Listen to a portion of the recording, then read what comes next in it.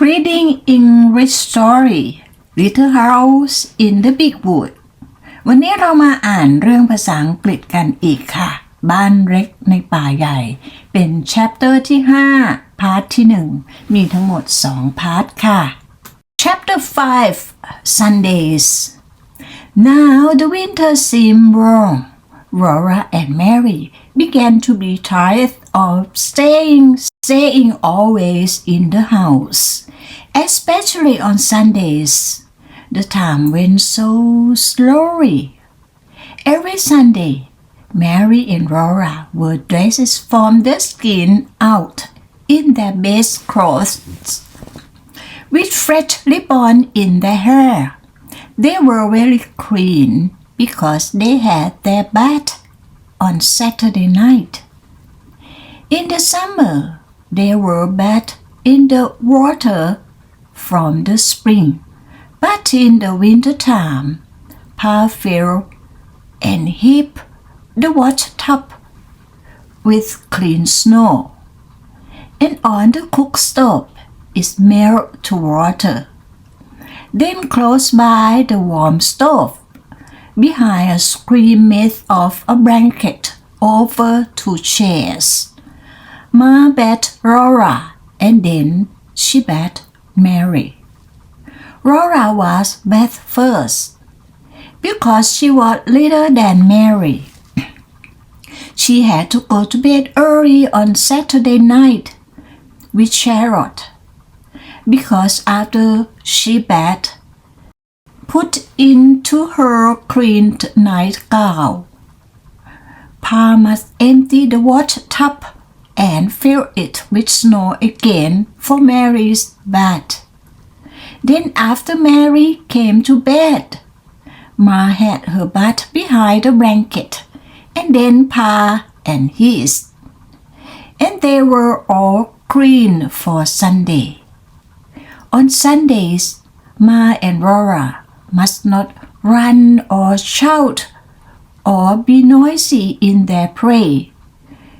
Mary could not sew on her night patch quilt, and Laura could not knit on the tiny mittens she was making for baby Carrie.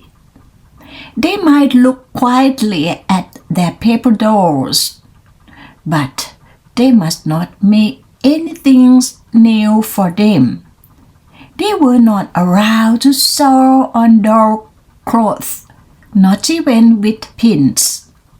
They must sit quietly and listen while Ma read Bible stories to them, or stories about lions and tigers and white bears from Pa's big green book.The wonder of the animal world.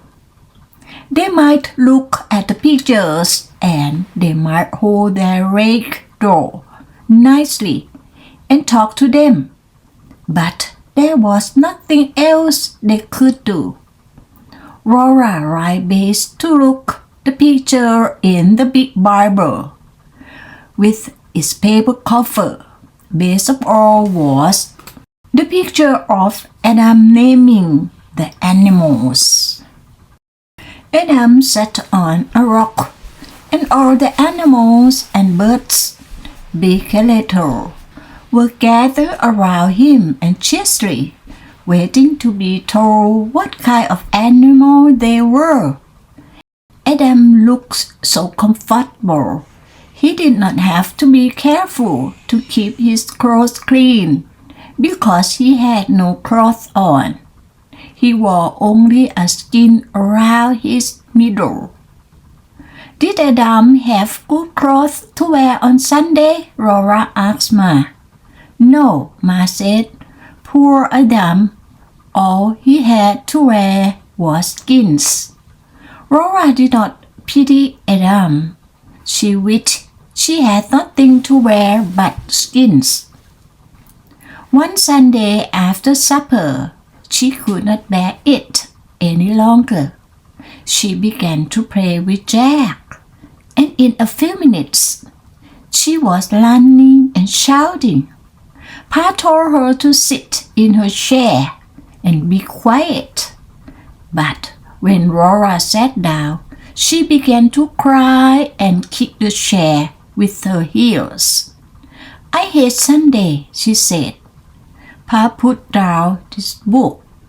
Laura, he said extremely, come here.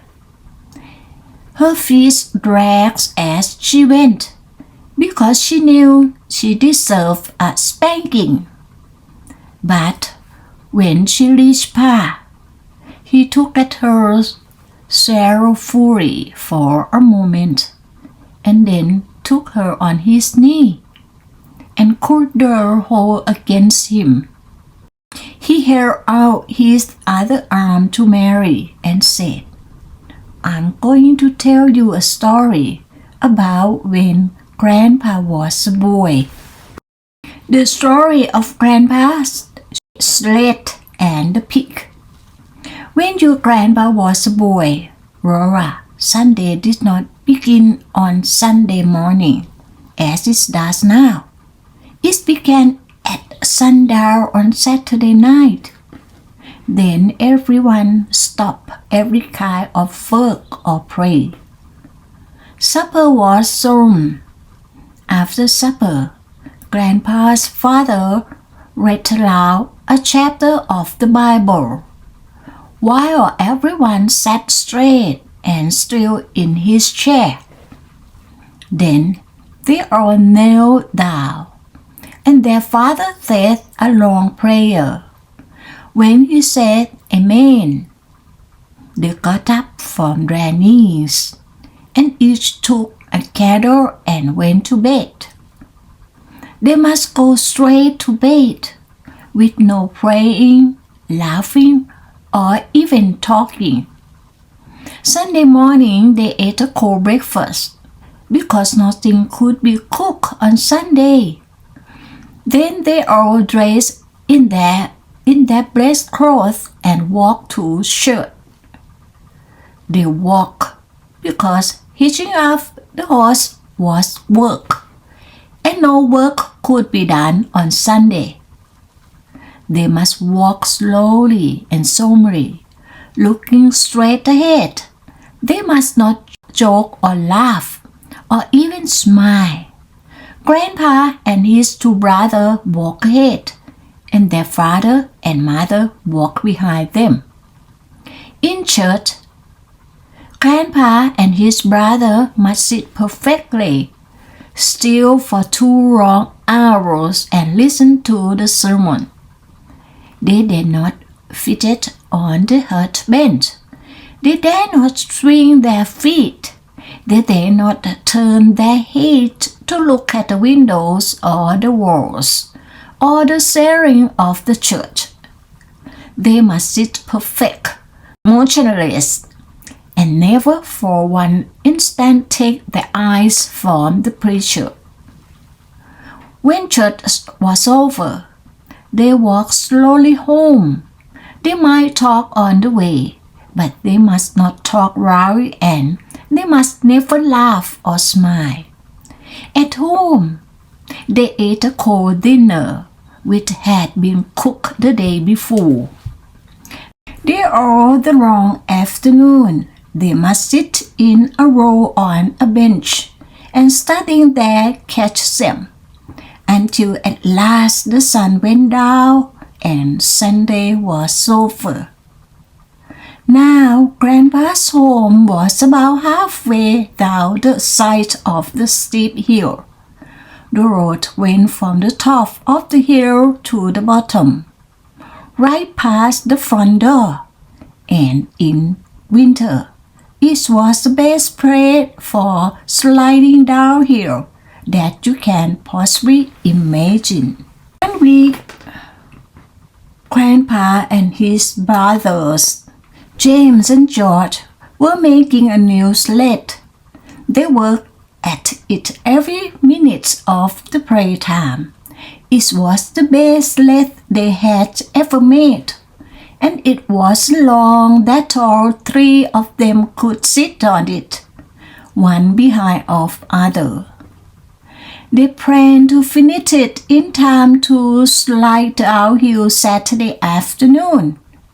For every Saturday afternoon, they had 2 or 3 hours to pray. But that week, their father was cutting down trees in the big woods. He was working hard, and he kept the boys working with him.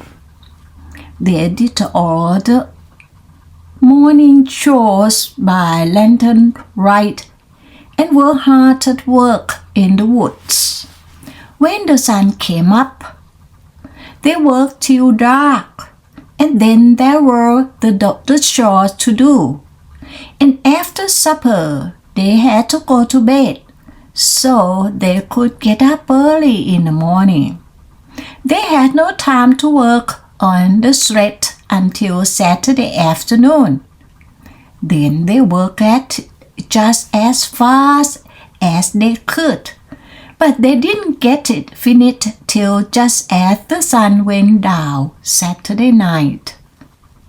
After the sun went down, they could not slide downhill, not even once. That would be breaking the Sabbath. So they put the sled in the shade behind the house to wait until Sunday was over. All the 2 long hours in church next day, while they kept their feet still and their eyes on the preachers, they were thinking about the sled. At home while their dinner, they couldn't think of anything else.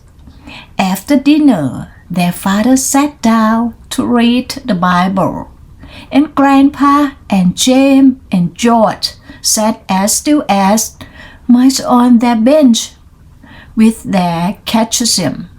But they were thinking about the sled. The sun brightly and the snow was smooth and glittering on the road. They could see it through the window. It was a perfect day for sliding downhill. They cooked at their kitchen and they thought about the new sled. And it seemed that Sunday would never end. After a long time, they heard a snore. They looked at their father, and they saw that his head had fallen against the back of his chair and was fast asleep. Then James looked at George, and James got up from the bench and tiptoed out of the room through the back door. George looked at Grandpa, and George tiptoed after James, and Grandpa looked fearfully at their father, but on tiptoe he followed George and left their father snoring.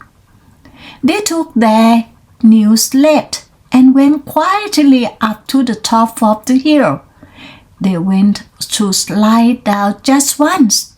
Then they would put the sled away and slip back to their bench and catch them before their father woke up. James sat in front of the sled, then George, and then Grandpa, because he was the littlest. The sled started at first slowly and then faster and faster. It was running, flying down to the long steep hill. But the boys dared not shout. They must slide slowly past the house without waking their father. There was no sound except the little wheel of the runner on the snow and the wind rushing past. Then, just as the sled was moving toward the house, a big black pig stopped out of the woods. He walked into the middle of the road and stood there. The sled was going so fast it couldn't be stopped. There was time to turn it. The sled went right under the hog and pick him up. With a squeal, he sat down on James, and he kept on squealing. Round and round the hill squeak. They flashed by the house. The pig sitting in front, then James, then George, then Grandpa. And they saw their father standing in the doorway, looking at them. They could not stop. They could not hide. There was no time to say anything. Down the hill they went, the hawk sitting on James and squealing on the way. At the bottom of the hill, they stopped. The hawks jumped off James and ran away into the woods, still squealing.